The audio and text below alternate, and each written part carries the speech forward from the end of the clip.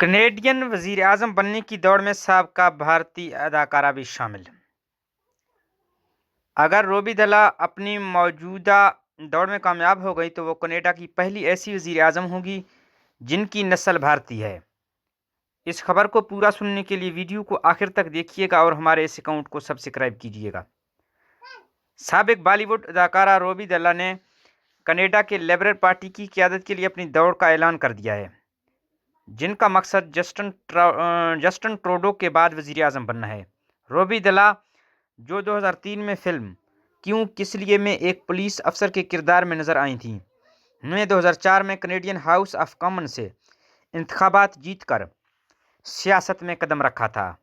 اداکارہ کا تعلق پنجاب سے آئے تارکین وطن سے ہے، نے اپنی ایک ہی فلم کیوں کس لیے میں اداکاری کی، لیکن اس کے بعد انہوں نے سیاست میں اپنی جگہ بنا لی۔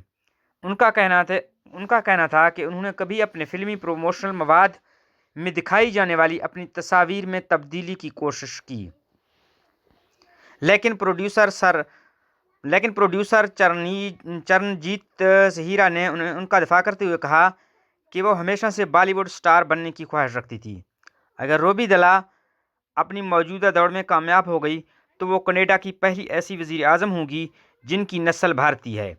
انہوں نے پہلے بھی برامنٹن اور سپرنگ ڈیل کے حلقوں سے عوام کا اعتماد حاصل کیا تھا اور پارلیمنٹ میں بھی اپنی جگہ بنائی تھی۔